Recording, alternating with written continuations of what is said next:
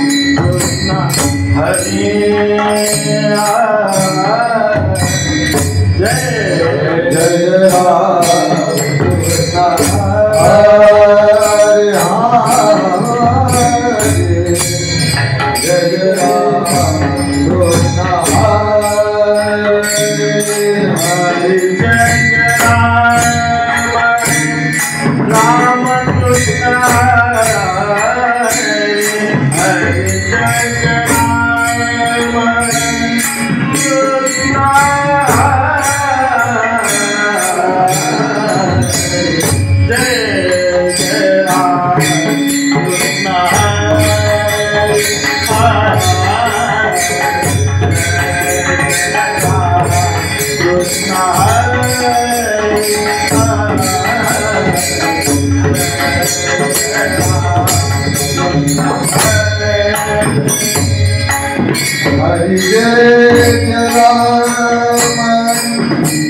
कृष्ण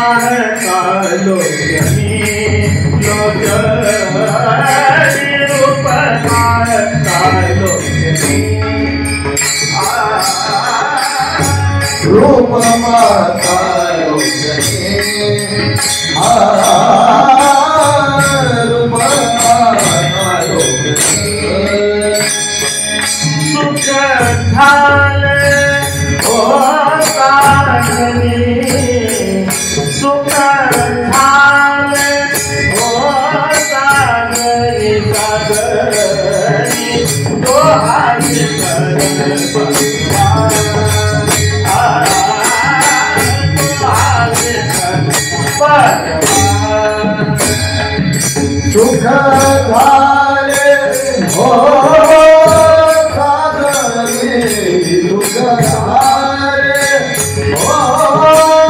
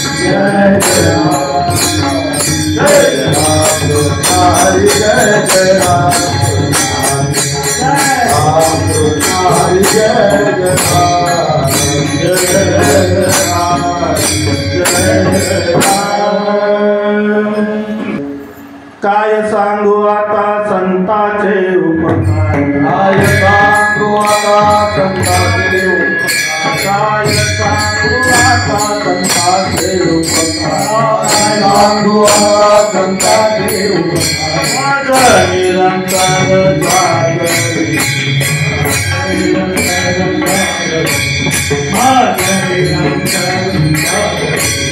काय द्यावे त्याची व्हावे काय द्यावे त्याची व्हावे काय द्यावे त्याची व्हावे काय द्यावे त्याची व्हावे हे तो हा पायी जीव थोडा हे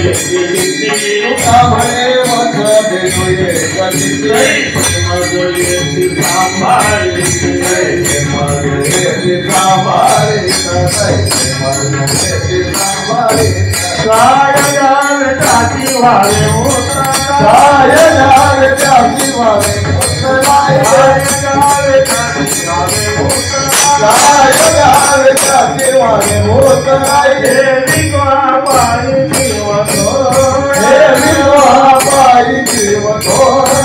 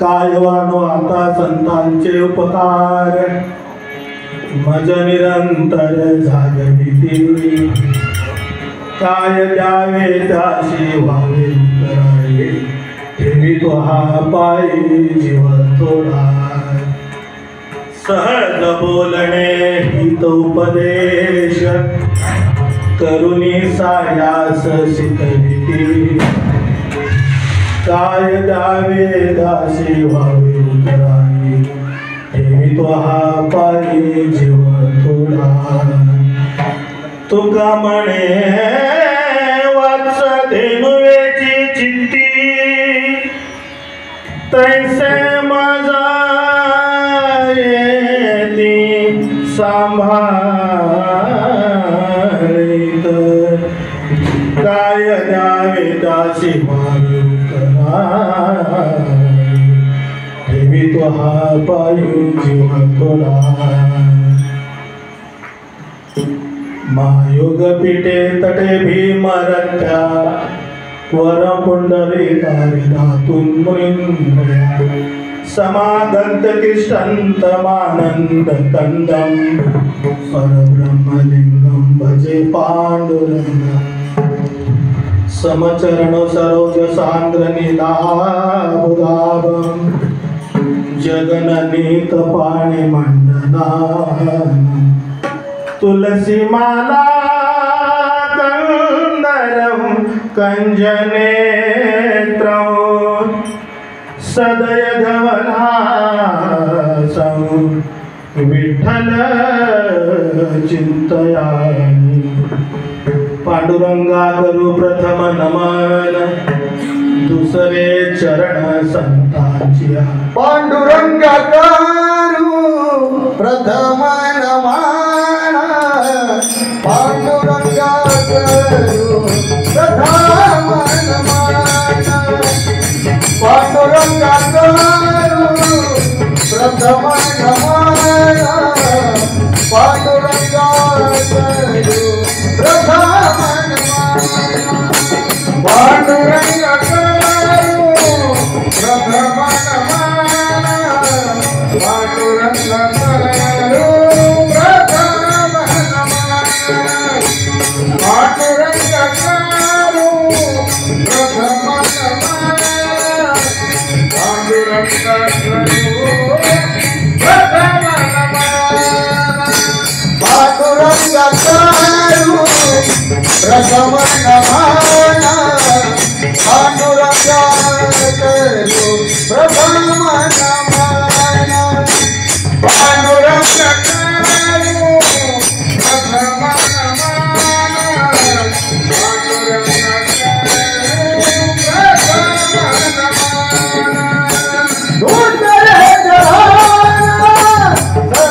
चरण संतांचिया दुसरे चरण संतांचिया दुसरे चरण संतांचिया त्यांच्या कृपादाने कधीचा विचारू बाबाजी करू नाथ सुता त्यांच्या कृपादाने कधीचा विचारू बाबाजी करू नाथ सुता त्यांच्या कृपादाने कधीचा बाबाजी करू चक्रपदाने कधीचा विचारू बाबाजी करू नाथ सुता पांडुरंगा करू प्रथम नमन दुसरे चरण संतांचिया त्यांच्या कृपादाने कथेचा विस्तार बाबाजी सद्गुरु दास तुकार सेवे लागी सेवक झालो सेवे लागी सेवक झालो सेवे लागी सेवक झालो सेवे लागी सेवक झालो लागलो तुमच्या चरणात लागलो तुमच्या चरणात आहो स्वामी तुकया देवा देवा आहो स्वामी तुकया देवा लागलो तुमच्या चरणात लागलो तुमच्या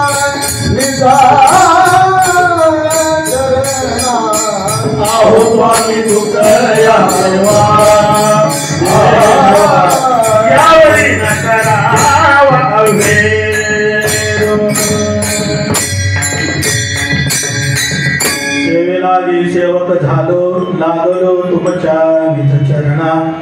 आहो स्वामी तुकया देवा यावरी न करावा आवडे नमो विठ्ठला राजया पांडुरंगा नमो रुक्मिणी माऊली ज्ञानगंगा नमो पुंडलिका नमो चंद्रभागा नमस्कार माझा रुक्मिणी पांडुरंगा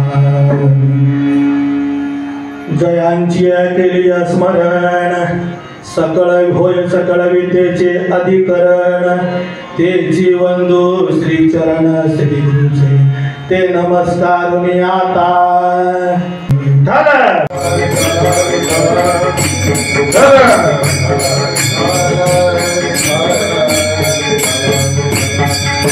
मस्तक हे पायावरी यावर करी संतांच्या काय सांगू आता संतांचे उपकार मज निरंतर जागविती काय गावे त्याचे व्हावे उद्धार ठेवी हा पायी जीवन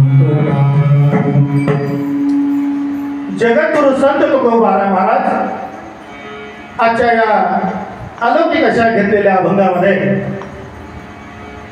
संतांचे उपकार प्रतिपादित करतात. संतांचे उपकार आपल्यावर किती आहे आणि त्या उपकारामुळं आपल्या जीवाचं हित कसं होतं. कारण संत आपल्याला जागवितात, नवे नवे शिकवतात, नवे नवे सांभाळतात. या संतांच्या चरणावर संतांच्या उपकारापोटी आपल्या सर्वांना प्रिय असलेला जीव जरी आपण त्यांच्या चरणावर ठेवलो तरी त्या संतांच्या उपकारातून आपण कधीच आपलं ऋण मुक्त होत नाही. नवे नवे संत सहज बोलतात पण हिताचं बोलतात आणि आपल्याला जाग करतात. आणि याच्या पुढे जाऊन सांगायचं झालं तर संत हे जसं गाईचं चित्त सतत आपल्या वासरावर असतं. गाय कुठे जरी गेली, डोंगरात चरायला जरी गेली तर तिचं चित्त हे गाईच्या वासराकडे असतं. तसं संतांचं चित्त आपल्या जीवावर, संतांचं प्रेम आपल्या माणसावर असतं. असं या सरळ साधा अभंगाचा अर्थ आहे.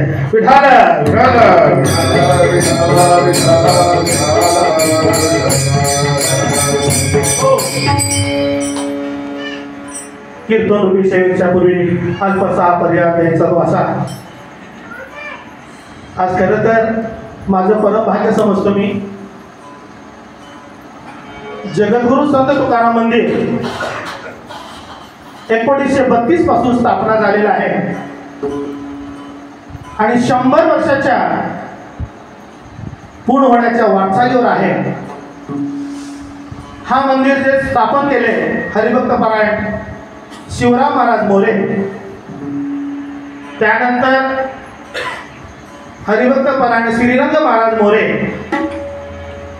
त्यानंतर आता आमचे सर्वस्वी, आमचे मार्गदर्शक व आज आम्हाला जी सेवेची संधी उपलब्ध करून देणारे हरिभक्त परायण विष्णू महाराज मोरे, त्याचबरोबर त्यांचे बंधू आमचे मार्गदर्शक हरिभक्त परायण हरिहर महाराज मोरे, त्यांच्या प्रयत्नातून ही आजची मला सेवा इथं उपलब्ध झालेली आहे. पण असं आहे 100 वर्षाच्या वाटचाल करत असताना इथं होणारा नामयज्ञ सोहळा, सप्ताह असेल, भजन असेल, हरिपाठ असेल, नित्यनेमित जागर असेल, या सगळ्या परंपरा जोपासत आजपर्यंत तुकाराम महाराज मंदिर हे नामयज्ञ सोहळ्यामध्ये भरून गेलेलं आहे. अशा या पवित्र पावन ठिकाणी आणि विशेष म्हणजे आज नामदेव महाराजांची जयंती, भागवत कार्तिकी शुद्ध एकादश आणि नामदेव महाराजांची जयंती आणि माझं हे माझ्या आयुष्यातलं पहिलं कीर्तन. तसं जरा पाहिलं आज माझ्या पुढे सर्व ज्येष्ठ मंडळी आहेत. मी भले जरी 25-30 वर्ष भजन करीत असलो पण माझ्या भजनावर, माझ्या आवाजावर प्रेम करणारे सर्व गुणीजन, माझे गुरुवर सर्व इथं माझ्या पुढे आहेत आणि त्यांच्या समोर आज खरंच कीर्तन सोहळा करण्याचा जो दिवस लाभला हा ही पर्वणी वाखण्याजोगा आहे. त्यासाठी मी त्यांच्या चरणी कोटी कोटी दंडवत करतो आणि त्यांना प्रणाम करतो. त्याचबरोबर आपले गायनाचार्य आमचे हरिभक्त परायण पुरुषोत्तम कुमटेकर महाराज ही ज्येष्ठ सोलापुरातले गायक, भजनावर प्रेम करणारे, नितंत आमच्यावर प्रेम करणारे, ते सुद्धा आज इथे उभे आहेत. आणि आज आमच्या भजना लहानपणापासून जी सोलापुरातली वसा, मग ती काकडा असेल, हरिपाठ असेल, भजन असेल, हे सर्व घेऊन जाणारे आमचे हरिभक्त परायण सदाशिव महाराज चौरे सर आणि आमच्या सर्व वारकरी मंडळींना, भले रिटायरमेंट असतील, डिपार्टमेंटमध्ये सेवा केलेली असतील, पण डिपार्टमेंटचं एकही नेचर, एकही स्वभाव न दाखवता आम्हाला सर्वांना सोबत घेऊन आम्हाला कसं मोठं करायचं आणि चुकलं तरी वेळोवेळी आम्हाला मार्गदर्शन करणारे आमचे हरिभक्त परायण नागनाथ महाराज पाटील, त्याचबरोबर पकवाजवर असलेले माझे पुतणे हरिभक्त परायण पवन वनकडे, तबल्यावर आहेत माझा चिरंजीव सारंग वनकडे, हार्मोनियमवर आहेत माझे गुरुबंधू संजय महाराज बनसोडे. आणि विशेष म्हणजे परमार्थ करत असताना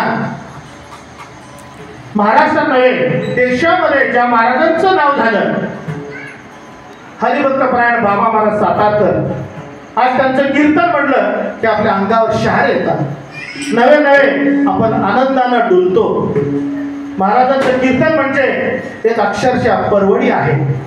आपण कुठे आहे आपल्याला भान नसतं. असे थोर बाबा महाराज सातारकर यांच्यासोबत ज्यांनी मृदंगाची सेवा केली आमचे गुरुबंधू हरिभक्त परायण दिलीप महाराज वाघमारे, ते सुद्धा आज माझ्या पहिल्या कीर्तनाला सेवेला हजर झाले. त्यांच्या चरणी सुद्धा मी कोटी कोटी दंडवत करतो. आमचे कुलकर्णी महाराज आहेत, इकडे आमचे भैया जाधव महाराज आणि आपले राजू महाराज आहेत, आमचे नेहमी आम्हाला सहकार्य करणारे, सप्त्याला उचलून देणारे, सप्ताह पार पडणारे आमचे उद्योगपती आमचे अंबादास महाराज, हे पण इथं आहेत, अंबादास महाराज शिंदे. आणि विशेष हा चाललेला कार्यक्रम माझ्या आयुष्यातला पहिला आहे आणि त्याचं चित्रीकरण करणारे आमचे परमस्नेही 3-4 वर्षापासून आमच्या सानिध्यात आले आणि ते आमचे कधी झाले आम्हाला कळलंच नाही. रजिस्टर ऑफिसमध्ये काम करत असताना वेळ काढून परमार्थाला वेळ देणं महाराज कठीण आहे. कारण तुम्हाला माहित आहे नोकरी करून परमार्थ करणं हे अक्षरशः सोळावरची गोळी आहे. नोकरीच्या ठिकाणचे नियम जर पाहिले भयानक आहे, पण एवढं आहे परमार्थ जर केलं तर नोकरीचं किती जरी भयानक असेल ते काही शून्य आहे. हे मात्र मला अनुभव आला. त्याच पद्धतीने आमचे माळी महाराज, पोपट महाराज माळी यांनी सुद्धा इथं उपस्थित आहेत आणि उपस्थित असलेले सर्व वारकरी, भाविक, भक्तगण सगळ्यांच्या पायी दंडवत ठेवतो आणि कीर्तनरूपी सेवेला सुरुवात करतो.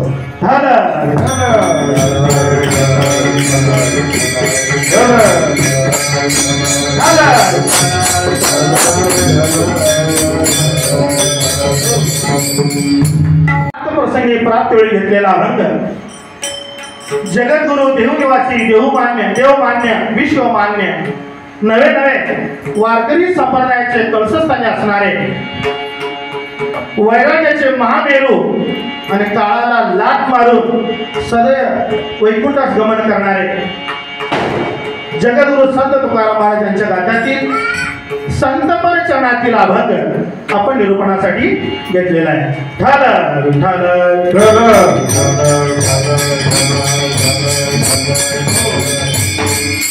काय सांगू आता संतांचे उपकार मज निरंतर जागवी. काय उपकार सांगतायत, सांगण्यासाठी शब्द वापरतात. काय गोबराने प्रश्नचिन्ह केलेला आपल्याला काय सांगू, ते सांगण्यासाठी काहीतरी आहे. माणसांना एखादा प्रश्न विचारलं तर काय असं प्रश्न विचारलं तरच माणसाला उत्तर मिळतं. तसं तुकोबराने काय हा शब्द उपकारापोटी वापरलेला आहे. तसं जरा पाहिलं अनेक प्रमाणामध्ये काय आहे काय सांगू आता संतांचे उपकार. इथं उपकार प्रतिपादन करण्यासाठी, उपकार सांगण्यासाठी काय हा शब्द वापरलेला आहे. काही ठिकाणी काय हा शब्द कळवळापोटी संतांनी वापरलेला आहे.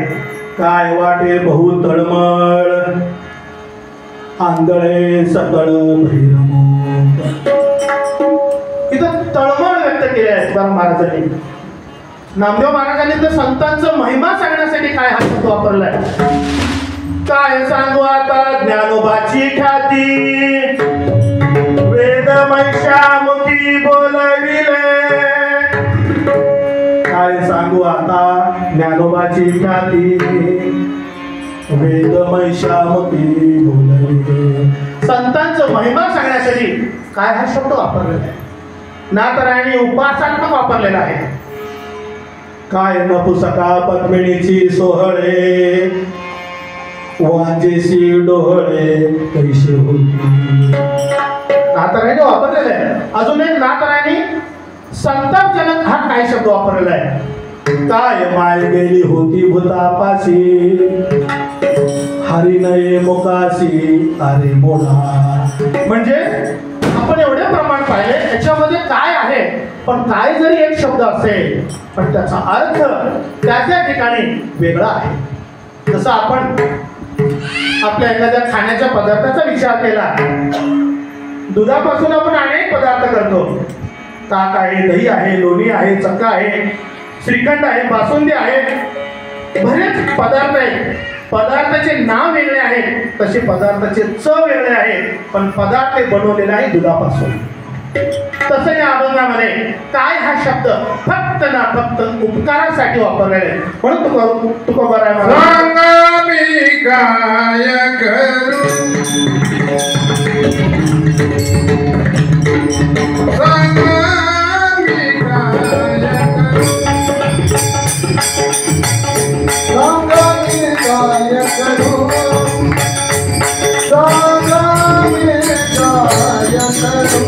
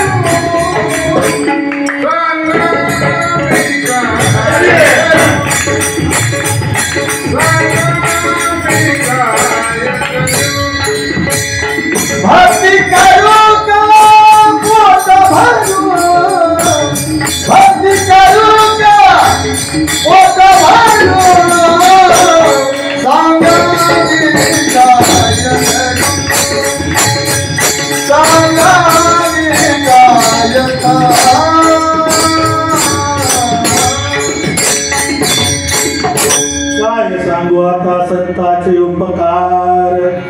की काय हा शब्द भक्तीमध्ये वापरलेला आहे. भक्ती कशी करायची हे काय शब्द वापरून आता महाराजांनी प्रमाण दिलं. सुंदर प्रमाण योग्य वेळी घेतलं. काय सांगू आता संतांचे उपकार.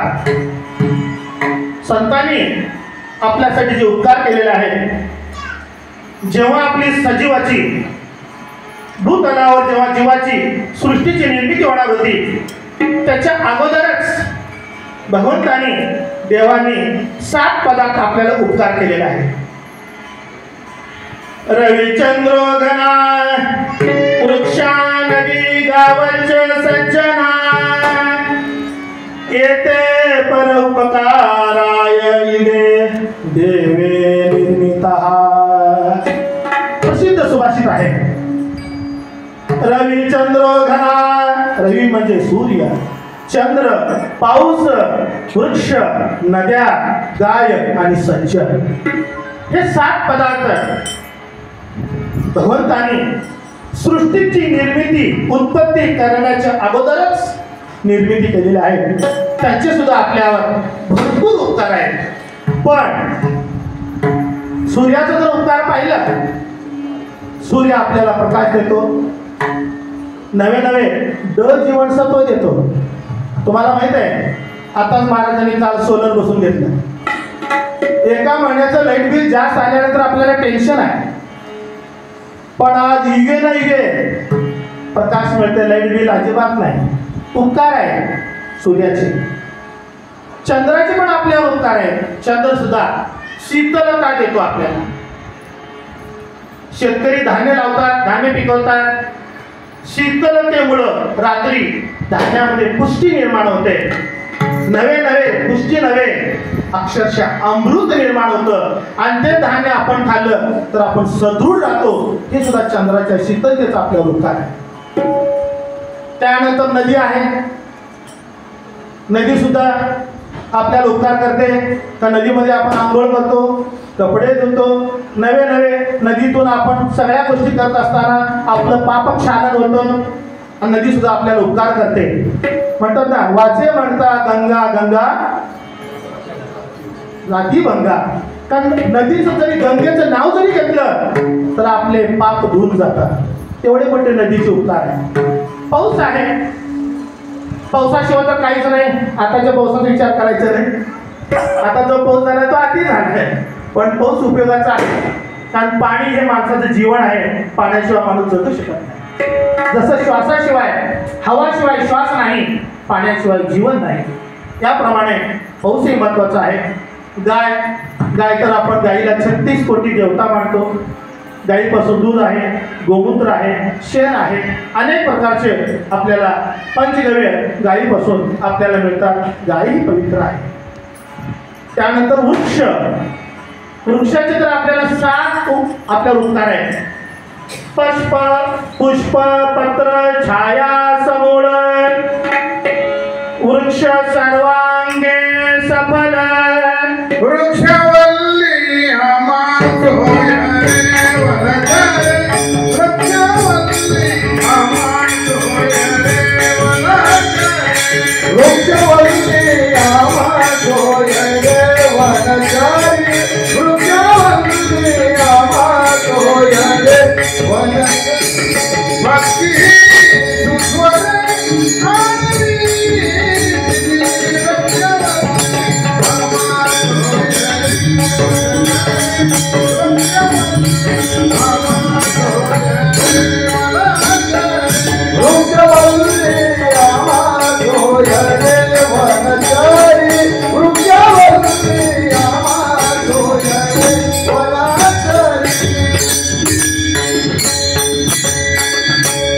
आपल्याला उपकार करतात.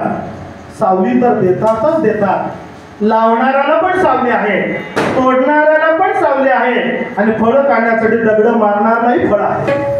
असे उपकार ते आपल्या झाडामध्ये आहे, वृक्षांमध्ये आहे. आता राहता राहिलं साधू, सज्जन म्हणजे सत. कारण तसं जरा पाहिलं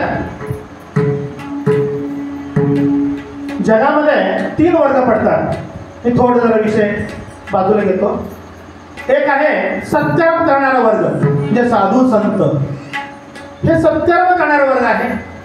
दुसरा आहे भोग करणारा वर्ग, आणि तिसरा आहे राहता राहिला तो मनुष्य, विचार करणारा वर्ग.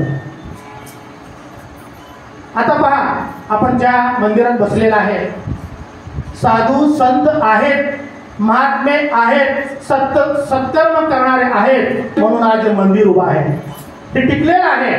जर साधू संत महात्मे जर नसले असते तर आपण आज भजन केलं नसतो, कीर्तन केलं नसतो, मंदिर वाढले नसते, प्राण प्रतिष्ठा झाले नसते. त्याला सर्व जीवावर त्याग करून साधू संत जे करतात ते सत्कर्म करतात. पण इतकं आहे, समाज हा पूर्ण आदर्श कोणाचा घेतो तर साधूंचा घेतो, संतांचा घेतो. पण आपण सुद्धा आज आदर्श घेतोय ते नामदेव महाराजांची जयंती आहे. नामदेव महाराजांनी कीर्तन परंपरा सुरू केली, पण त्या परंपरेचे नियम आपण फॉलो करतो, म्हणजे आपण आपल्या बरोबर वापरतो, म्हणजेच आपण त्यांचा आदर्श ठेवतो. म्हणून आपल्याला साधू संतांचे आदर्श फार महत्वाचे आहे. कारण समाज हा साधूकडे बघत असतो आणि साधूप्रमाणे वागत असतो. जसे मुलं आई वडिलांना बघत असतात आणि आई वडिलांप्रमाणे मुलं वागत असतात. मुलांसाठी आई वडील महत्वाचे आहे. समाजासाठी महात्मे महत्वाचे आहे आणि विद्यार्थ्यांसाठी आम्हासारखे शिक्षक महत्वाचे आहे. विद्यार्थ्यांना जर आदर्श करायचा असेल तर विद्यार्थी कोणाचा आदर्श घेणार हो? शिक्षकांचा आदर्श घेणार. शिक्षक जसा वागतो तसं विद्यार्थी वागणार. पण आताचे शिक्षक विद्यार्थीबद्दल बोलत नाही. मी उदाहरण सांगतो. आणि सत्कर्म करण्याचे साधू संत आहेत ते अक्षरशः आपल्यासाठी जीवाचं रान करतात. वैराग्य धारण करून प्रपंच करून सुद्धा काही साधू संत आपलं परमात्मा ब्रह्मरूप केलेलं आहे. त्यानंतर पशु हे फक्त भोग करतात. पशु कुणाला म्हणतात? ज्याला पुण्य कळत नाही, ज्याला पाप कळत नाही, त्याला पशु म्हणतात. पशु काय पाप पुण्य करती, करती, पशु काय पाप पुण्य करती, पशु काय पाप पुण्य करती, पशु काय पाप पुण्य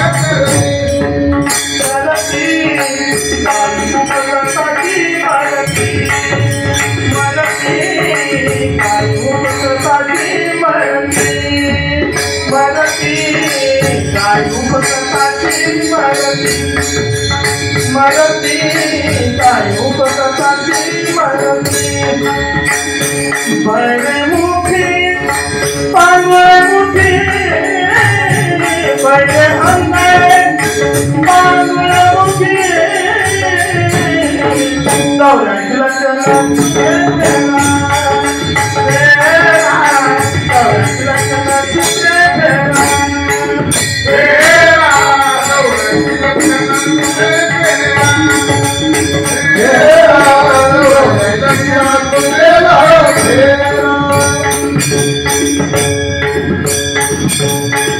पशु काय पाप पुण्य जाणती, उत्तम मध्यम भोग भोगिती, काही उपजताची मरती, बहिरे आंधळे पांगुळमुखी.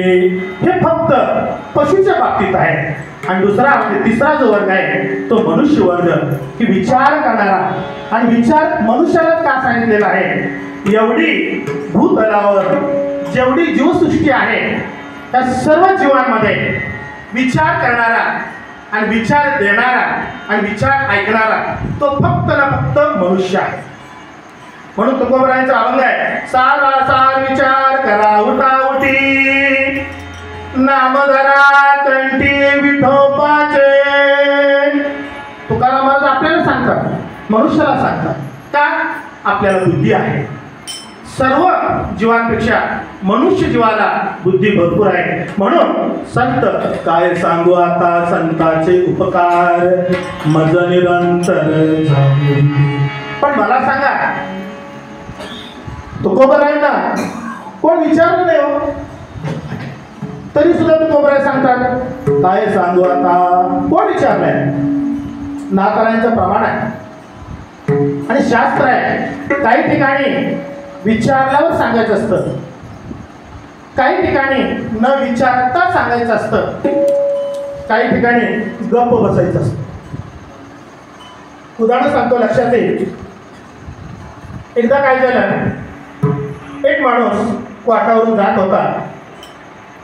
वाट जरा बऱ्यापैकी नव्हती आणि चुकून त्याचा पाय तोल गेला, पाय घसरलं आणि तो खड्ड्यात पडला.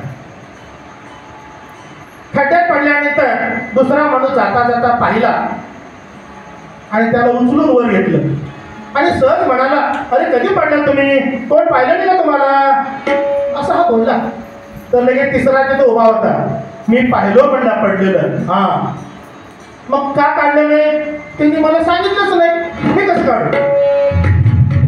तसं तुकोबाराय महाराज म्हणतात, जे ज्ञानाने आगळे आहे, जे ज्ञानाने आगळे आहे, अज्ञानाकडून प्रकाशाकडे नेणारे, अज्ञानाकडून ज्ञानाकडे नेणारे, असे संत तुकोबाराय महाराजांना देवाने पाठवलेलं आहे.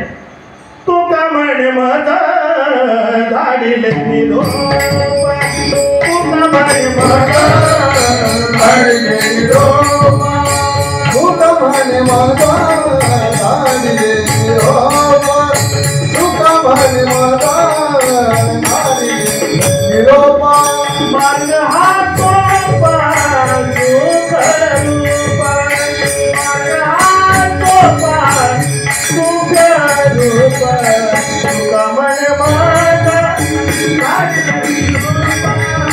दुःख म्हणे माझा धाडिले निरोप दुःख म्हणे माझा धाडिले निरोप मार्ग हा सोपा दुःख रूप मार्ग हा सोपा दुःख रूप धाडिले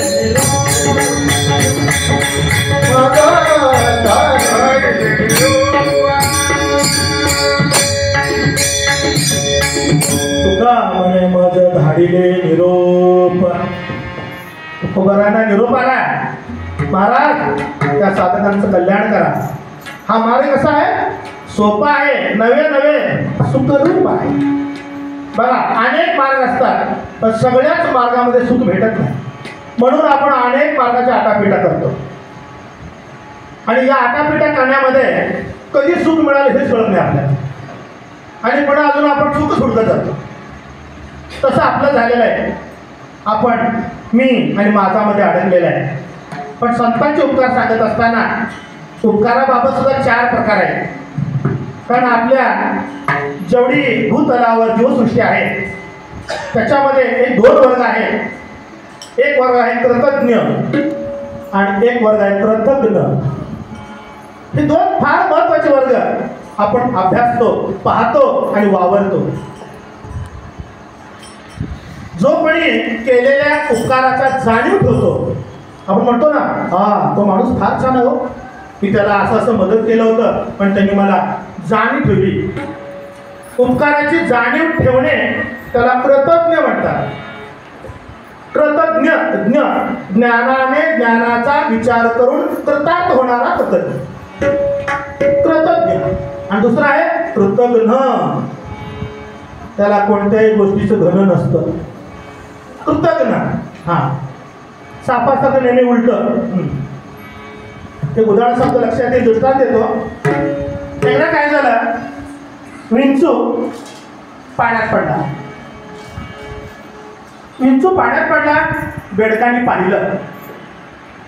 आता पाण्यात राहणारा विंचू नाही, विंचू हा बाहेरचे उभयचर प्राणी नाही येतो, फक्त तो जमिनीवर राहणारा प्राणी. काही प्राणी जमिनीवर राहतात, काही प्राणी फक्त पाण्यात राहतात आणि काही जमिनीवरही राहतात आणि पाण्यातही राहतात. बेडूक हा उभयचर प्राणी आहे, कारण तो पाण्यातही राहतो बाहेरही राहतो. आणि ते बेडकाने त्या विंचवाला पाहिलं. बेडकाच्या मनात दया आली आणि बेडूक म्हणाला, विंचू दादा तू पाण्यात पडलास खरं, तुला पोहता येत नाही आणि हे तुझी जागा नाही, तर मी तुला काय करतो, वाचवतो. मग काय करू? काय नाही, माझ्या पाठीवर बस, तुला पाण्याच्या कडेला घेऊन सोडतो आणि तू जा सुखरूप. त्याप्रमाणे बेडकाने विंचूला घेतलं पाठीवर आणि बेडूक निघाला पाण्यातून, कडेला आला आणि बेडकाने विंचवाला विनंती केली, दादा तुमचं स्टेशन आलेलं आहे, वा बाहेर, आता उडून जावं बाहेर. पण शेवटी त्यांनी त्याची जात दाखवली. काय केली? विंचवाने जाता जाता बेडकाला डंक मार. हा स्वभाव म्हणजे कृतज्ञ. अशी काही माणसं असतात जीवनामध्ये की त्याला किती जरी उपकार केलं ते जाताना आपलं काम करूनच जात. अजून एक दृष्टांत देतो म्हणजे लक्षात येईल कृतज्ञ बद्दल.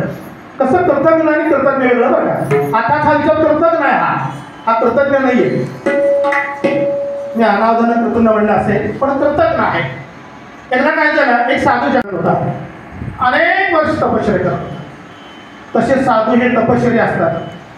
महाराज लोक साधे नसतात, साधू संत लोक साधे नसतात, दिसतात साधे, पण त्यांचे विचार, त्यांचं तप, त्यांचं वैराग्य, त्याचा जर विचार केलं तर आपण कुठंही तिथं पुरत नाही.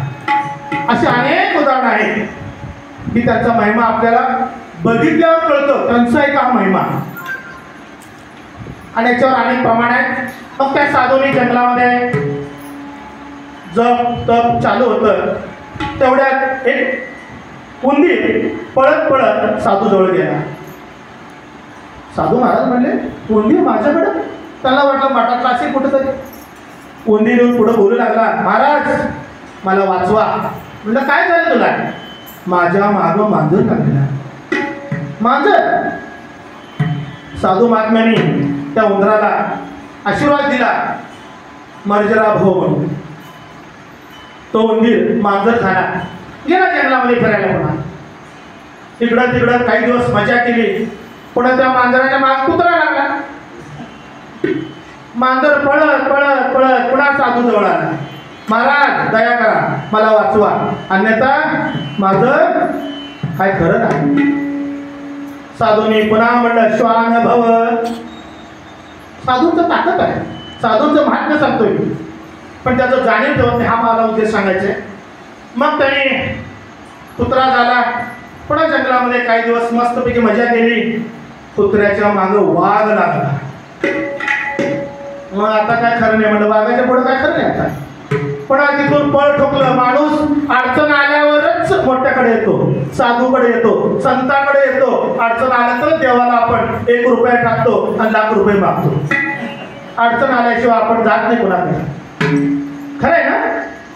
तर तशाप्रमाणे हा कुत्रा आला आणि साधूला म्हणाला, महाराज माझ्या मागं वाघ लागलेला आहे. साधूने ऐकून घेतलं. व्याघ्र भव. वाघ झाला. मग तर काय उन्मत्त झाला आणि डरकाळा फोडत निघाला जंगलामध्ये.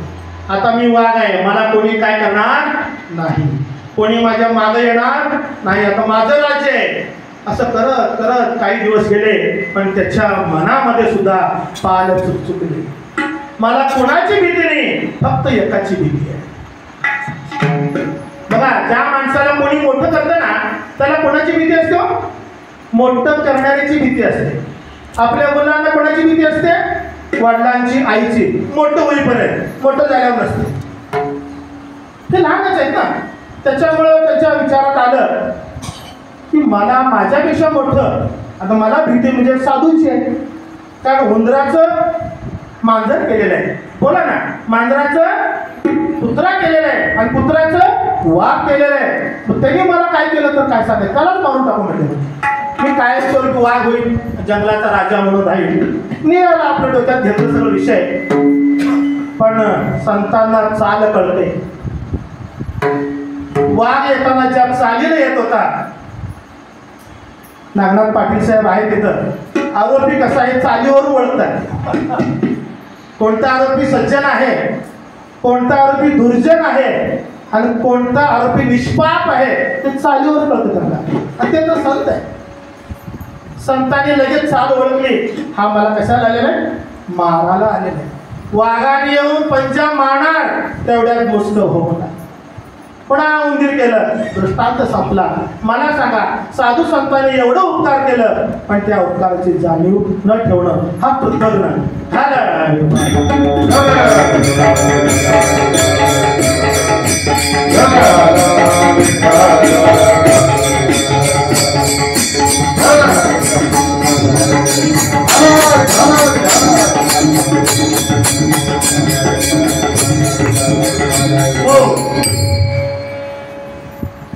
काय सांगू आता संतांचे उपकार. कृतज्ञ बघितलं आपण, कृतज्ञ. आता कृतज्ञबद्दल सांगायचं झालं, तसे उपकाराचे 4 वर्ग आहेत. सविस्तर सांगायला तसं वेळ आहे आपल्याला, पण मी थोडं थोडं सांगून जातो. आता काय पाहिलं, उपकार बघूया आपण. उपकाराचे सुद्धा 4 वर्ग आहेत. एक वर्ग आहे उपकारावर अपकार करणारा वर्ग आहे. दुसरा वर्ग आहे उपकारावर उपकार करणारा वर्ग आहे. तिसरा वर्ग आहे अपकारावर अपकार करणारा वर्ग आहे. आणि चौथा वर्ग आहे अपकारावर सुद्धा उपकार करतो हा एक वर्ग. त्याचं विस्तृत आपण चिंतन करूया. पहिला जो आहे उपकारावर अपकार करणारा. शंकर महादेवांनी भस्मासुराला एक आशीर्वाद दिला होता, एक वरदान दिलं होतं. थोडक्यात सांगतो का, सगळं सांगायला आपल्याला वेळ पुरणार नाही. की भस्मासूर ज्यांच्या डोक्यावर हात ठेवी तो भस्म होईल. कारण का, शंकर महाराजांना कैलासामध्ये पूजा करत असताना पूजेला माणसाच्या चिताची राख लागत होती आणि ते राख घेऊन येण्याचं काम ते भस्मासूरचं होतं. भस्मासुराने राग गोळा करणार, पूजेला देणार, पूजा होणार. पण काही दिवस असे आले की सगळ्याच वेळी कोरोना नसतो ना. कोरोना असल्यानंतर प्रयोग भरपूर आहे, पण कोरोनासारखा आजार नसेल आणि सगळं देवाच्या कृपेने चांगलं असेल तर राग आणायचं कुठून, हा शंकराला प्रश्न पडला. आणि शंकराने भस्मासुराला सांगितलं, असं कधी जर वेळ आलं की तू गेल्यावर तुला कुठंच स्मशानामध्ये चिता दिसली नाही तर तुला मी वरदान देतो. शॉर्टकट पर्याय, हा, तू कुणाच्या डोक्यावर हात ठेवशील तो माणूस काय होईल, भस्म होईल. आणि हे त्यांनी सांगितलं आणि तो वरदान मिळाल्यापासून हा भस्मासूर उन्मत्त झाला आणि सगळीकडे फिरू लागला. सगळ्यांच्या डोक्यावर हात ठेवण्यासाठी प्रयत्न करू लागला. काही लोकांना, माणसांना पैसे मागू लागला, चल 10,000 दे, हे तो डोक्यावर हात ठेवतो. धंदा सुरू झाला. फुकट आशीर्वाद मिळाल्यावर धंदा भरपूर करतात लोक. कष्ट न करता जर आशीर्वाद मिळालं त्या आशीर्वादाची कदर नसते. त्यातला हा राक्षस म्हणजे भस्मासूर. मग त्यांनी जंगलात फिरता फिरता समोरून नारद मुनी आले.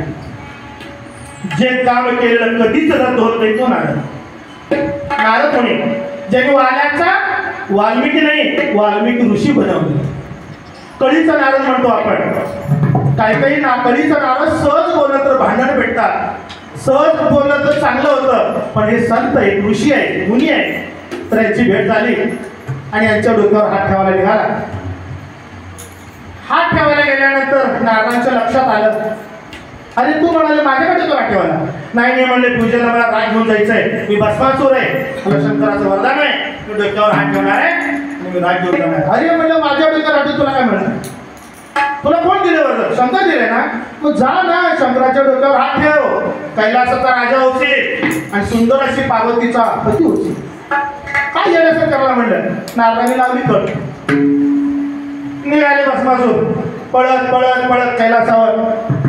शंकर पूजा करत बसले होते, वाट बघत भस्मासूर कधी कधी कधी आला की तावत शंकराला लक्षात आलं, हा आलाय म्हणजे तुम्हाला संपवाला. शंकराने उठलं आणि पळ फुटले अक्षरशः. कारण शंकर हा भोळा ना, कोणाला कोणता आशीर्वाद कधी द्यावा कळत नाही. सगळ्या देवाने विचार केलं, पण शेवटी विष्णूने मोहिनीचं रूप घेतलं आणि त्या भस्मासुराकडे जो थांबला. भस्मासुराने त्या मोहिनीला पाहिलं. साक्षात अप्सरा, सुंदर देखणी अशी मोहिनी पाहिल्यानंतर त्याचं ते भस्म, त्याचं ते नारद, ते शंकर सगळं विसरलं आणि मोहिनीलाच बघत राहिले. मग मोहिनीला म्हणाला, तुम्ही कुठे निघाला. ती म्हणाली, मी वराच्या शोधात आहे. हा पण म्हणाला, बरं झालं, मी वधूच्या शोधात आहे. पण ती म्हणाली, माझे अट आहे बरं का, मी वरते तुम्हाला, पण माझे अट आहे तुम्हाला. काय अट आहे, मी जसं नाचेन तसं नाचायचं, एवढंच नाही म्हणलं. हा नाचतो म्हणला. आणि डान्स सुरू झालं, नृत्य सुरू झालं.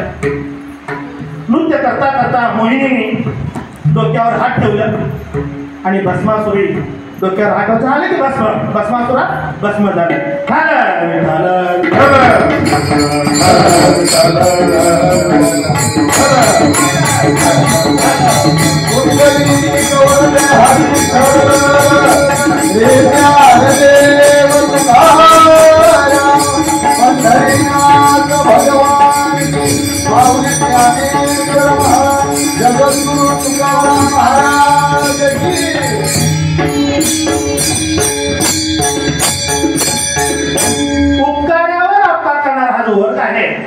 शंकराने वरदान दिलं पण शंकराला संपवला निघाला. हा प्रपद. त्यानंतर दुसरा वर्ग आहे उपकारावर उपकार करणारा. पांडवाच्या यज्ञामध्ये व्यासमुनीचा मुलगा शुकाचार्य, पोपट शुकाचार्याने पांडवाच्या यज्ञात सोळ्याला ज्या उष्टावळी असतात जेवण्याच्या, त्या उष्टावळीवर भाताचं शेतू खाल्लं आणि त्या खाल्लेल्या ऋणातून त्याला मुक्त होण्यासाठी 3 पिढी गेले. तर पांडवाच्या यज्ञात खाल्ला होता. त्यानंतर अर्जुन आणि अर्जुनचा मुलगा अभिमन्यू आणि अभिमन्यूचा मुलगा परीक्षित. जेव्हा परीक्षितीला शाप मिळाला त्यावेळी श्रीकृष्णाने शुकाचार्याला सांगितलं परिस्थिती मृत्यू 7 दिवसाचा वाचा सांगून मुक्त केला. त्यावेळी श्रीकृष्णाने सांगितल्याप्रमाणे शुकाचार्यांनी 7 दिवसामध्ये भागवत सांगून परीक्षितीचा उद्धार केला. उपकाराला उपकार. आणि अजून एक आहे वर्ग की तो म्हणजे अपकारावर अपकार. काही माणसं अपकार जशाच तसे आपण म्हणतो ना, तोही मला तसं केलं ना, मी तसं करतो. अपकारावर अपकार. ज्यावेळी सहस्रार्जुनी जमदग्नीचा वध केला आणि जमदग्नीचं कामधेनू गाय घेऊन गेला. ही वार्ता रेणुका मातेला कळाली. रेणुका मातांनी परशुरामाला सांगितलं, अरे परशुरामा, ते बघ सहस्रार्जुन आम्ही घेऊन जमदग्नीचा तुझ्या वडिलांचा घात केलाय आणि कामधेनू गाय घेऊन गेला. तेव्हा परशुरामाने त्या सहस्रार्जुनचा वध केला. नवे वध करून कामधेनू घेऊन आला आणि 21 वेळा पृथ्वीने क्षत्रिय केली. अपकार्यावर अपकार जशाच तसे. आणि 4था वर्ग राहिला तो म्हणजे काय सांगू, संतांचे उपकार. हे देव उपकारासाठी, हे देव उपकारासाठी, ये देव उपकारासाठी, ये देव, हे देव उपकारासाठी, हे देव उपकारासाठी,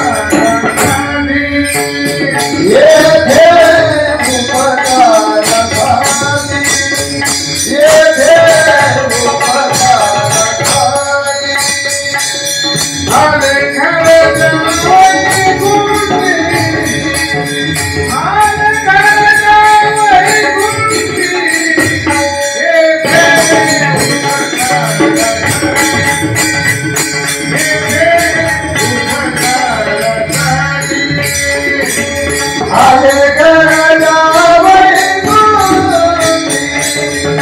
आले गरजा वैकुंठी, ये देव उपकारासाठी, ये देव उपकारासाठी.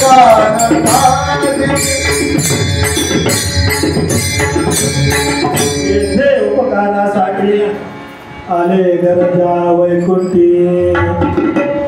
संत हे उपकारासाठी येतात. वैकुंठ सोडून संत सदनी येतात. भूतलावर येतात फक्त ना फक्त उपकार करण्यासाठी. कारण संत हे जनाचं, विश्वाचं, जगाचं उद्धार करण्यासाठी येतात.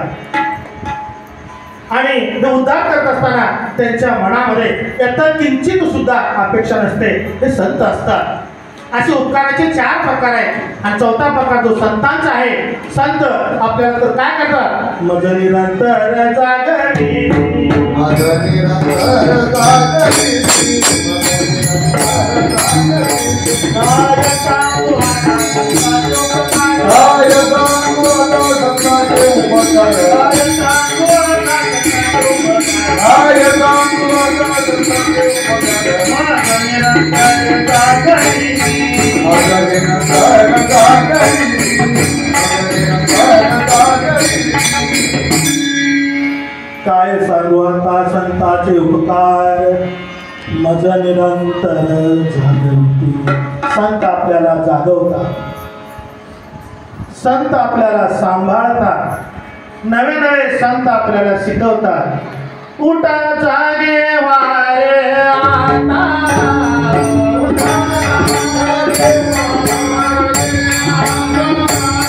उठा जागे वारे आता, उठा जागे वारे आता, मरण करा मरण करा पंढरीनाथा, भारत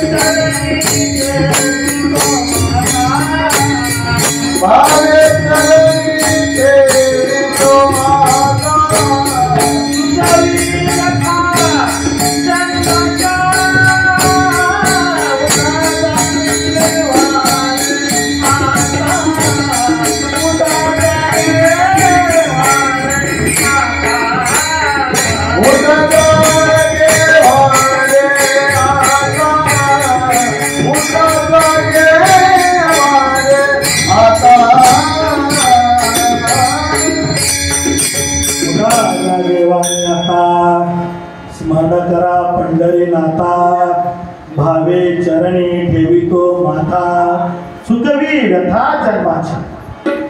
संत आपल्याला सांगतात उठा, जागे व्हा आणि स्मरण करा. कशाचा? नामस्मरण करा. कारण संत आपल्याला सांगतात आणि त्याची उतराई जरी करायचं झालं तर आपण काहीच करू शकत नाही. कारण संतांनी आपल्याला जागवतात. कारण का जागवतात म्हणजे काही लोक झोपीत दिसतात पण जागे असतात. काही माणसं जागे असतात पण झोपल्यासारखे दिसतात. आणि काही जागेही नसतात आणि झोपीतही नसतात, मधल्या अवस्थेत असतात. पहा, काही माणसं संसार करतात, प्रपंच करतात, नेटका करतात, पण त्यांचं परमार्थाशी काही देणं घेणं नसतं. असा एक वर्ग आहे.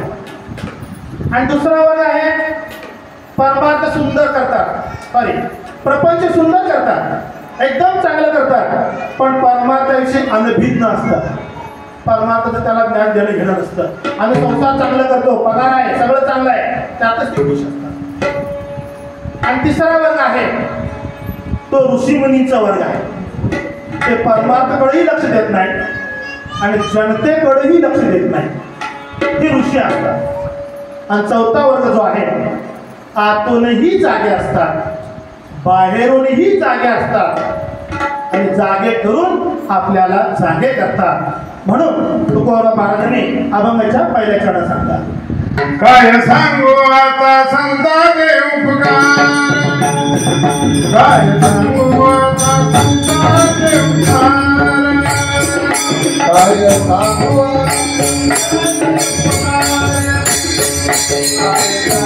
आता संताचे उपकार,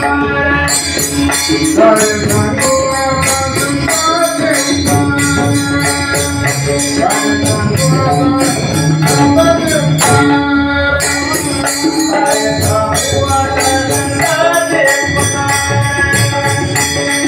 सांगू आता संताचे उपकार, काय सांगू आता संताचे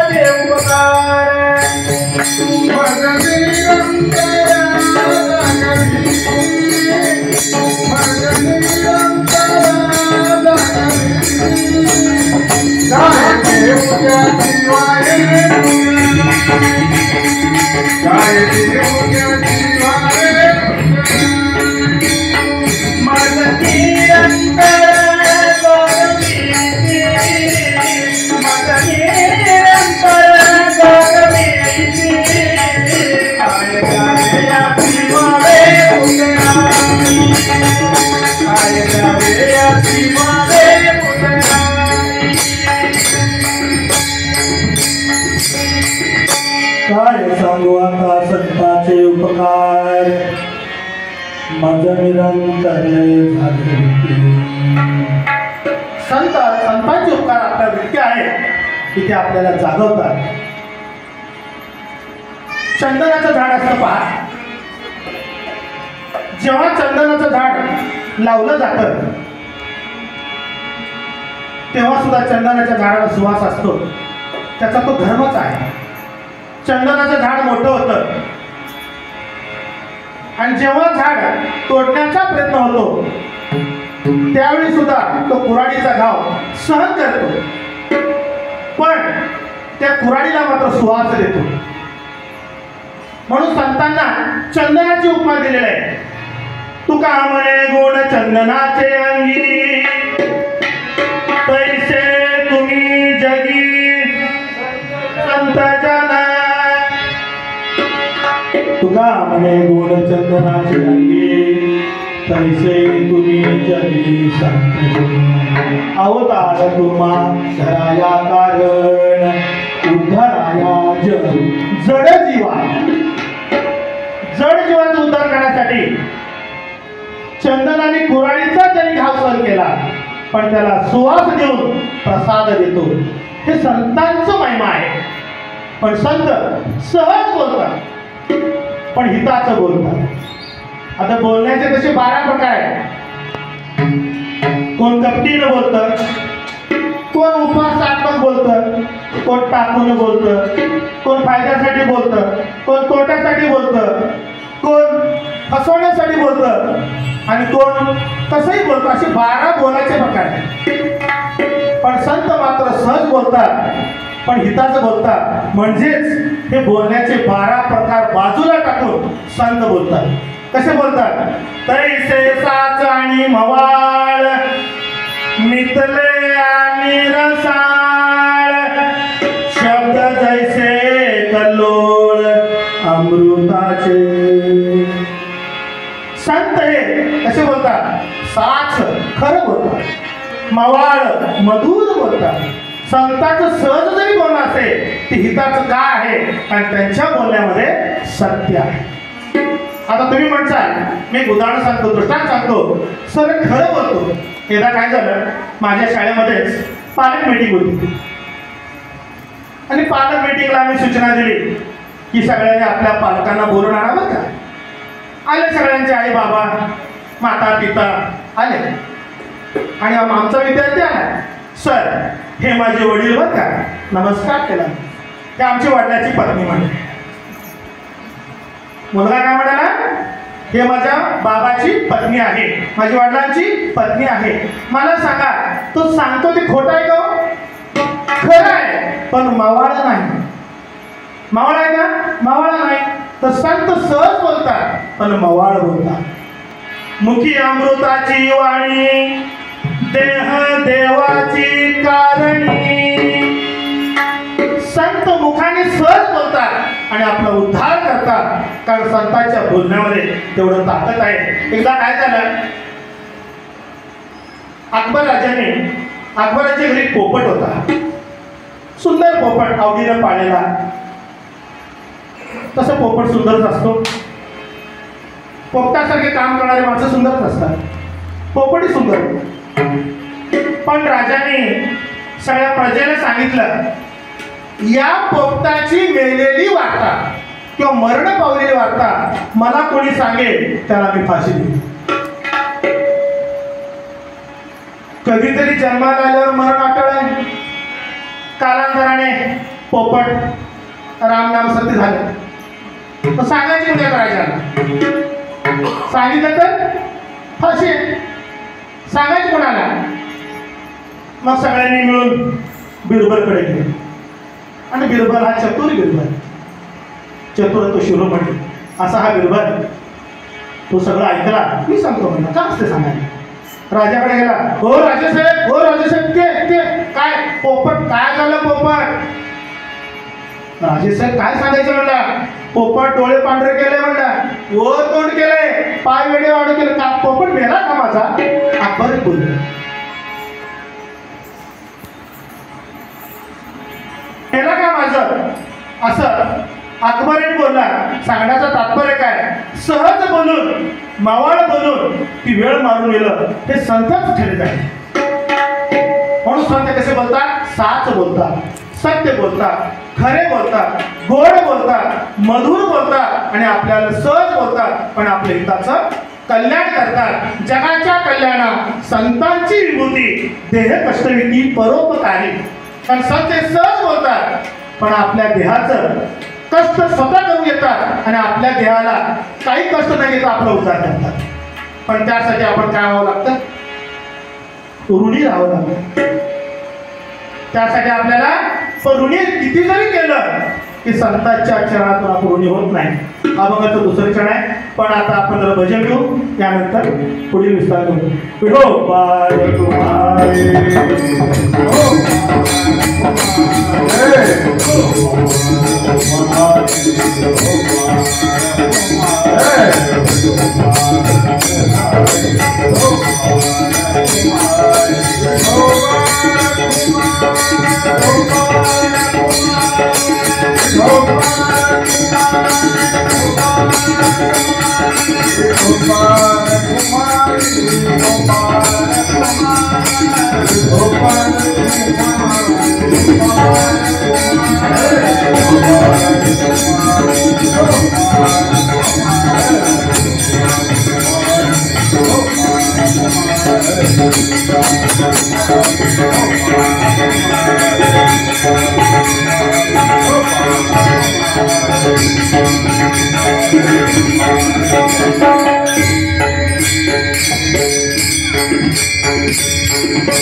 काय सांगू आता संतांचे उपकार, मज निरंतर जागरिती. काय द्यावे तासे व्हावे उतराई देवी हा पायी जीवन तोडला. संतांच्या ऋणातून मुक्त होण्यासाठी आपला जीव जरी आपण संतांच्या चरणी अर्पण केला, आपला जीव किती प्रिय आहे तुम्हाला माहित आहे. जीवावर किती प्रेम करतो.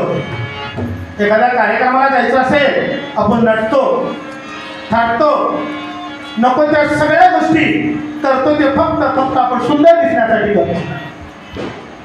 पण हा जगावर संतांचे जे उपकार आहेत आणि त्या उपकारातून आपल्याला जर ऋण व्हायचं असेल तर संतांचाच उपकार काय श्रेष्ठ आहे याविषयी मला थोडं बोलून द्यायचं आहे. तसं जर पाहिलं, जन्म देणारी माता पिता हे सुद्धा श्रेष्ठ आहे. तसं जर पाहिलं, जे भगवंतांनी सृष्टी निर्मिती केली ते पण श्रेष्ठ आहे देव. पण देव श्रेष्ठ नाही, आई वडील श्रेष्ठ नाही, फक्त संतांचेच उपकार का श्रेष्ठ, हा सुद्धा एक चिंतनाचा विषय आहे. बघा पहा, देवाने आपल्याला जन्माला घातलं, देव सगळ्याचं कल्याण करतो भाऊ. बघा तुम्ही, ज्यावेळी कौरव पांडवांचं युद्ध झाला त्यावेळी पांडवाच्या पाठीशी होते. काय होते? पांडव भजन करत होते, राम कृष्ण हरी जय जय राम, राम कृष्ण हरी जय जय राम, राम कृष्ण हरी जय जय राम, राम कृष्ण हरी जय जय राम, कृष्ण हरी जय जय राम, देव जो सगळ्यांचा मालक आहे, विश्वाचा जगतपती आहे, ब्रह्मांडाचा नायक आहे, तो सुद्धा फक्त ना फक्त भक्तांचंच कल्याण करतो, दुर्जनाचं कल्याण करतो. देव हा फक्त भक्ताचं कल्याण करतो. म्हणून देव संतापेक्षा श्रेष्ठ नाही. आई वडिलांचा विचार केला, कोणती माता असाय सांगा, माझं पोरग काळा आहे आणि दुसऱ्याच पोरग सुंदर आहे असं पण म्हणतं ना. दुसऱ्याच पोरग किती जरी कार्ट असलं स्वतःच, तर दुसऱ्याच्या मुलालाच कार्ट म्हणणार. माझा मुलगा गोंडच आहे, माझा मुलगा असं करणारच नाही. पण आई वडील हे स्वतःच्या मुलाचंच हित पाहतात, दुसऱ्याचं त्याला देणं घेणं नाही. पण संत दुर्जनांचंही कल्याण करतात, चांगल्यांचंही कल्याण करतात, सगळ्यांचंच कल्याण करतात. म्हणून आई वडील जरी जन्म दिले असते आणि जन्म दिल्यानंतर जन्म दिलेल्या जीवाला देवानी सांभाळलं, वाढ केला, त्याचं सांभाळ केलं, पण त्याचं कल्याण मात्र संतांनी केलं. कारण संत का श्रेष्ठ आहे? कारण आई वडील हे जन्म देतात पण दिलेल्या जीवाचं कल्याण संत करतात. म्हणून संतांचे उपकार हे आई वडिलांपेक्षा आणि देवांपेक्षा श्रेष्ठ आहे. म्हणून संत सहज बोलतात, सहज बोलणे हिचा उपदेश, सहज हिचा उपदेश,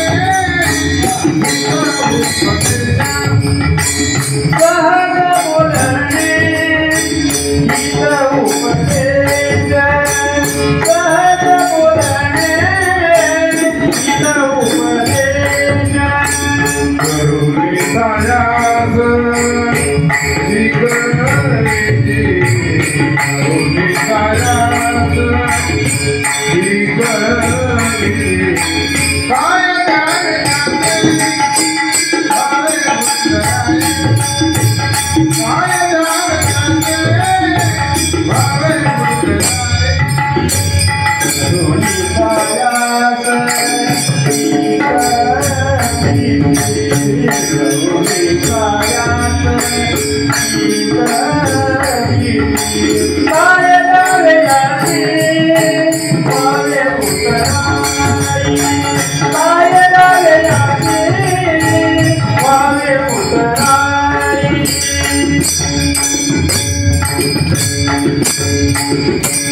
सहज बोलणे हितोपदेश करुणी सायास शिकविते काय द्यावे त्याशी भावी उतराई ठेवी पायी जीव थोडा. संतांचे उपकार सांगत असताना आईच्या उपकाराचा आपण विचार केला. सर्व संतांमध्ये अशा एकाच संतांना माऊली म्हटलं जातं. श्री संत ज्ञानेश्वरांना आपण माऊली म्हणतो. माऊली शिवाय बोलत नाही. माऊली कोणाला म्हणतात की ज्याच्याकडे आईचं ममत्व आहे, आईची वृत्ती आहे, आईसारखं सांभाळते, मारते, झोडते, पोटाशी लावून घेते, नवे नवे त्याचं सगळं सहन करते. असे आईचे उपकार माऊलीने केलेले आहे, म्हणून आईला माऊली म्हणतात. पण तसं जरा पाहिलं आपण, माऊली यालाच म्हणतात किंवा स्त्री यालाच म्हटलं जातं की जिनं कळ घेतलंय तिला माऊली म्हणतात. जिला कळच माहीत नाही, ज्याला मुलं बाळच नाही, तर तिच्या मनात कळवळं येणं शक्यच नाही ना. मग आपल्या माऊलीला लेकरं आहेत का, असाही प्रश्न आहे. आपण माऊलींना माऊली म्हणतो. माऊलींचे एवढे उपकार आहेत, तर माऊलींची लेकरं कोण आहेत? वेदाची माऊली, माऊली वेदांची माऊली, वेदाची माऊली माऊली आहे. त्यानंतर माऊली अजून कोणाची आहे? योग्याची माऊली. एक झाली वेदाची माऊली, दुसरी आहे योग्याची माऊली, तिसरी आहे साधकाची माऊली, आणि चौथी आहे अनाथाची माऊली. जे माऊलीला वेद आहे, योग आहे, साधक आहे, आणि चौथा अनाथ आहे. आणि या चारही मुलांना माऊलीने असं खाऊ देऊन ठेवलेलं आहे की माझी मुलं कायम तृप्त राहतील. पहा, एखाद्या आईला त्याच्या मुलाला खायला जरी येत नसेल, नवे नवे तो मुलगा चौथीला जरी गेला, त्याला क जरी नाही काढता आलं ना, तर आई म्हणणार माझी तो माझा मुलगा, तो माझी मुलगी क किती सुंदर काढ. कारण बाळाचं कळ हे आईलाच कळतं. असं करत असताना त्या माऊलीने 4 खाऊ त्याला कायमस्वरूपी करून ठेवलं. वेदासाठी अमृत अनुभव आहे, योग्यासाठी चांगदेव 65 आहे, आणि साधकासाठी भावार्थ दीपिका ज्ञानेश्वरी आहे, आणि अनाथासाठी हरिपाठ आहे. अशा या माऊलीला किती उपकार म्हणावं. अशी माऊली आपल्या लेकरावर म्हणतात ना, लेकुराचे हित जाणे माऊलीचे चित्त, ऐशी कळवळ्याची जाती करेला भावी धरती. तर आई आपल्या बाळाला 9 महिने 9 दिवस पोटामध्ये बाळगते, ओझं सहन करते, त्याचं सर्व मलमूत्र सगळं स्वच्छ करते. आणि त्या मुलाने किती जरी पिडलं, किती जरी अपमान केला, तर आईला कधी अपमान वाटत नाही. कारण ती आई असते. आईला असं कधीच अपमान होत नाही, आणि स्वतःच्या मुलाचं मलमूत्राचं कधीच तिला वीट येत नाही. कारण ती आतूनही आई असते आणि बाहेरूनही आई असते. तसे संत आतून सुद्धा जागवतात आणि बाहेरून सुद्धा जागवतात. म्हणून सहज बोलणे हितोपदेश करुणी सायास शिकविते ज्ञानेश्वर माऊली.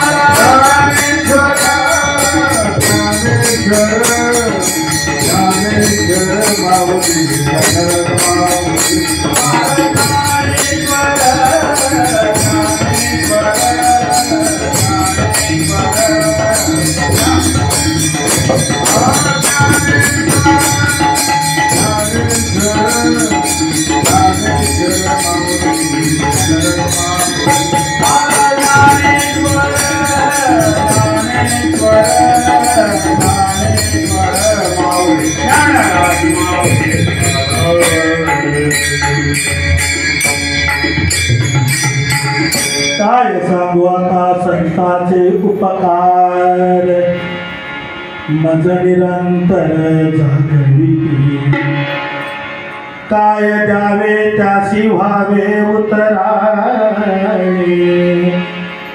ठेवितो हा पायी जीवन थोडा सहज बोलणे हितोपदेश करुणी सायास शिकविती काय द्यावे त्यासी व्हावे उतराय ठेवितो हा पायी जीवन थोडा. शेवटच्या चरणामध्ये तुका म्हणे वत्स धेनुवेचे चित्ती तैसे मज येते सांभाळी. शेवटच्या चरणामध्ये तुकोबारायांनी आईचं प्रेम सांगितलेलं आहे. आईचं मन हे किती चांगलं असतं. आईवर प्रेम करणाऱ्या मुलाला कळतं. एक उदाहरण सांगतो तुम्हाला. एकदा काय झालं, एक मुलगा 5वी मध्ये शिकत होता, पण त्याच्या आईला एक डोळा नव्हता. ती आंधळी होती, एका डोळ्यानं आंधळी होती. पण जेव्हा पालक मीटिंग असायचं तर कुठलाही कार्यक्रम असेल तर आई मुलाला भेटण्यासाठी नवे मीटिंगसाठी शाळेत जायची. पण बाकीची मुलं त्या मुलाला चिडवायची, हे तुझी आंधळी आई आली बघ, आंधळी आली आई बघ, हे तुझी आंधळी आली आई बघ. त्या मुलाला वाईट वाटायचं. माझी आई आल्यावर मला सगळे चिडवतात.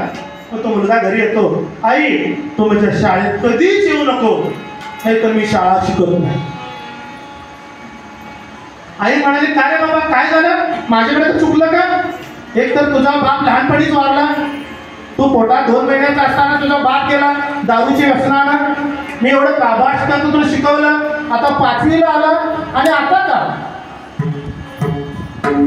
म्हणाला ते मला माहिती नाही.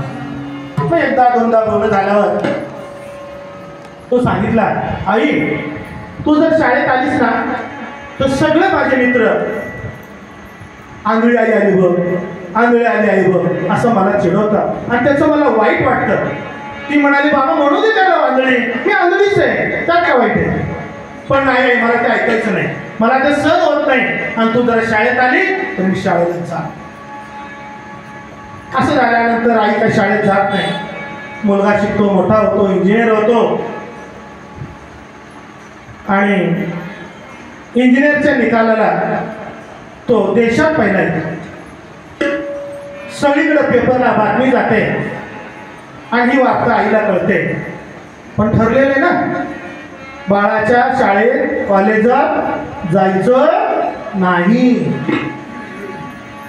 करायचं काय? पण आईला तर राहावे ना. शेवटी आई कार्यक्रम सुरू झाल्यानंतर वेळी वाकडी वाट काढून लांब आडोशाला थांबून बाळाचं कौतुक पाहते. लेकुराचे हित जाणे माऊलीचे चित्त.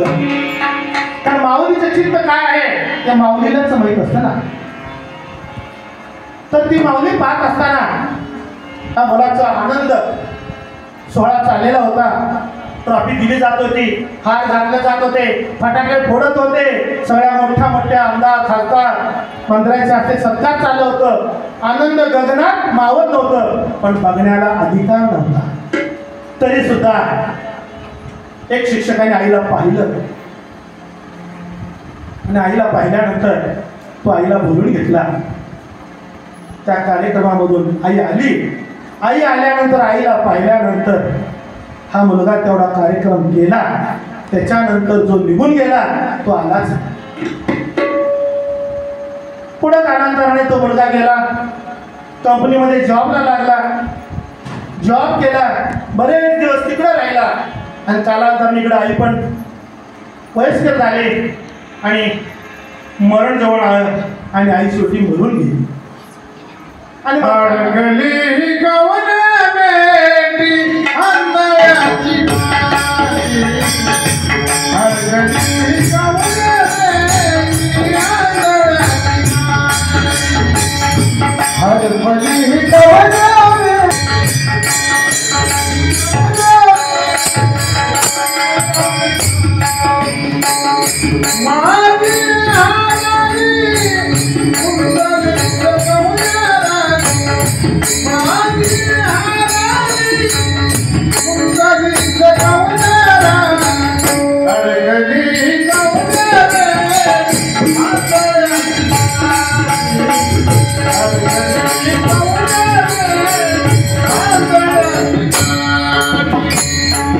परी कवनावे आंधळाची ठाई हर परी कवनावे आंधळाची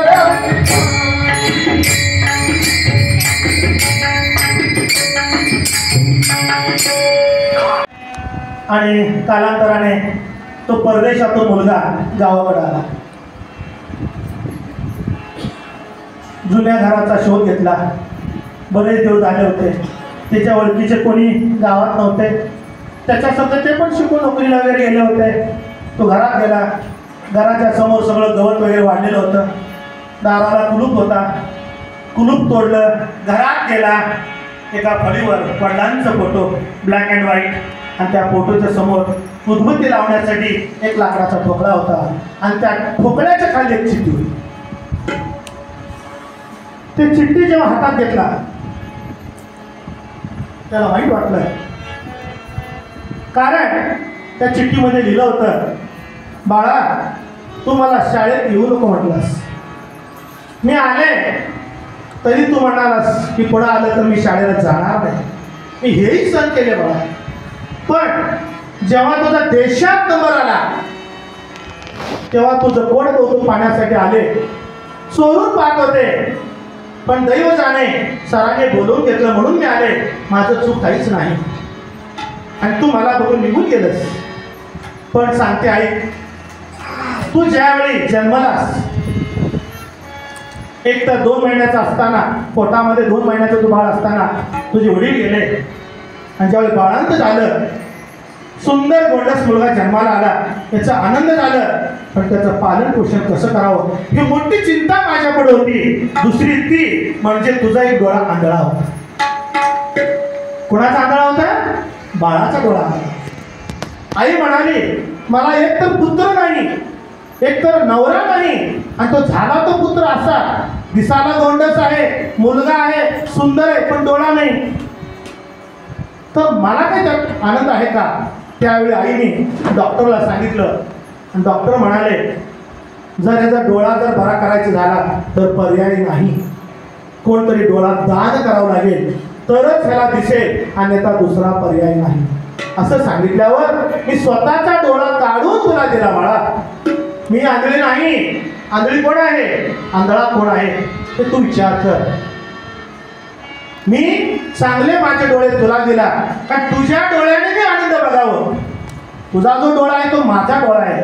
तू आनंद बघतो ते मी बघते. त्याच्यामुळं मी आलं काय मी गेलं काय याला म्हणायचं आई.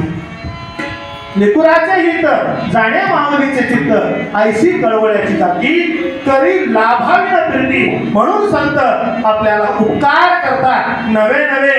जशी गाय वासरावर चित्त ठेवते. एखादी गाय डोंगराला जावी चरण्यासाठी आणि त्याचं लहान वासरू घरात असावं. ती गाय 1 तास अर्धा तास चरते लगे आवाज द्यायला सुरू करते, हंबरडा पडायला सुरू करते. कारण गाय असते डोंगरात, चित्त असते वासरात. तसं संत आपल्यावर जीवावर प्रेम करतात, माया करतात. एखादी गाय जर घराच्या पुढे बांधलेला असेल आणि दुसऱ्या घरामध्ये जर त्याची वासरू असेल गाईचं वासरू आणि त्या घराला जर आग लागलेला असेल आणि त्या आगीमध्ये वासरू होरपळून जाणार त्याची जाण जरा गाईला झाली तर ती गाय स्वतःच पर्वा न करता दावत तोडून घेईल आणि त्या आगीमध्ये उडी मारून त्या वासराला वाचवेल. कारण ती गाय आहे, गाय नाही ती माय आहे. तसे संत आपल्याला आईसारखे मायाने प्रेम करतात, शिकवितात, जागवतात आणि सांभाळतात. म्हणून तुकोबराय शेवटच्या चरणामध्ये सांगतात तुका म्हणवास गेलो एक चित्ती तुका म्हणवास गेलो एक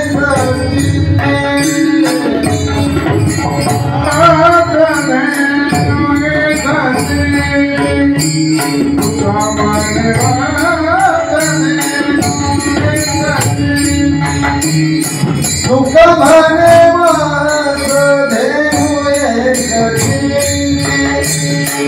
तुका म्हणवास देऊ एक जिंदगी तुका म्हणवास देऊ एक कामने वंदने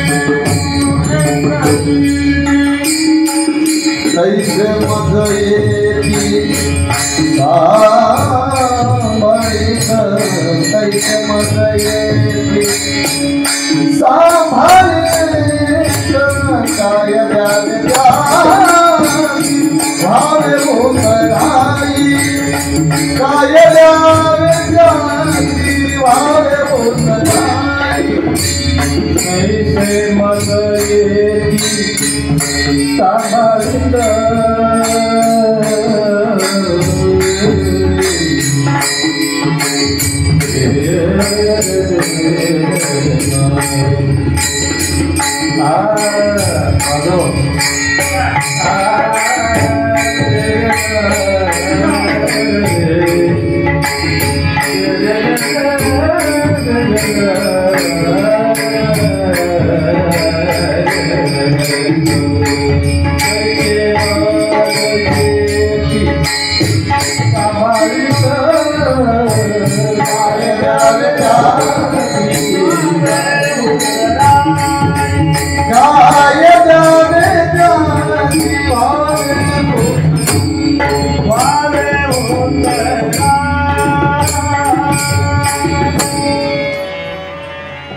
कामणे वत्स धेनुवेचे चित्ती कैसे मज येते सांभाळी काय द्यावे त्याशी भावी उतराई ठेविता पायी जीवन तोला शेवटचा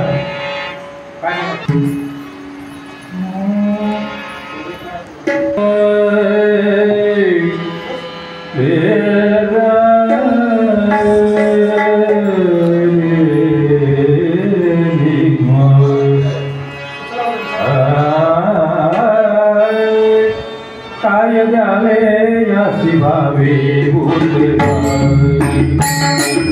काय द्यावे याची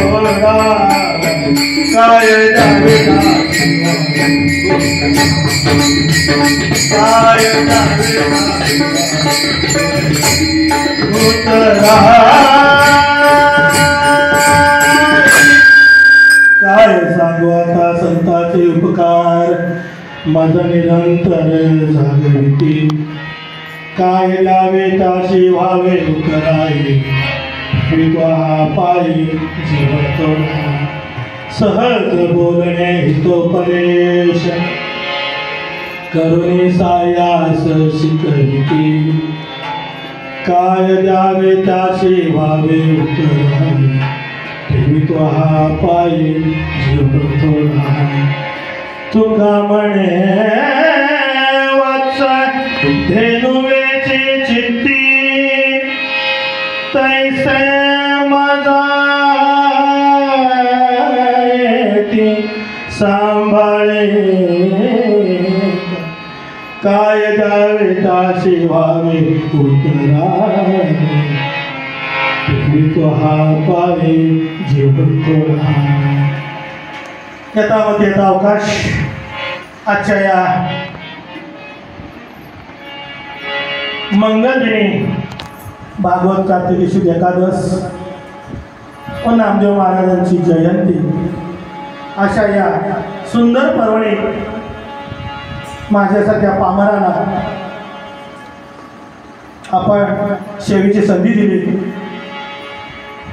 आणि जी सेवा मी केलेली आहे तर माझ्या मनाचा नसून पांडुरंग परमात्मा सर्व संत गुणीजन मुनिजन साधू या सगळ्यांच्या कृपाशीर्वादाने नव्या नव्या अर्थात तुमच्या सर्वांच्या कृपाशीर्वादाने मला जे सुचलं जे पांडुरंगाने मला सुचवलं ते मी आपल्यासमोर प्रतिपादित करण्याचा प्रयत्न केला आहे.